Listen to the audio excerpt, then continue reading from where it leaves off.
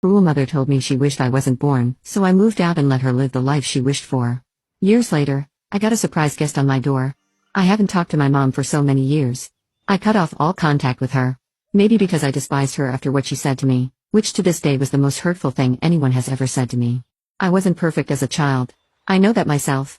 I was 14 at the time and going through puberty, and my sister and I used to argue every now and then. We threw all sorts of things at each other, especially when our mom wasn't around. But we both knew we weren't being serious. I told my sister back then that she wasn't wanted. She was just a burden for our mom. She grinned maliciously and was about to reply, according to the look on her face, probably with a verbal counter, when my mom came round the corner and shouted at me why I would say something like that to my sister.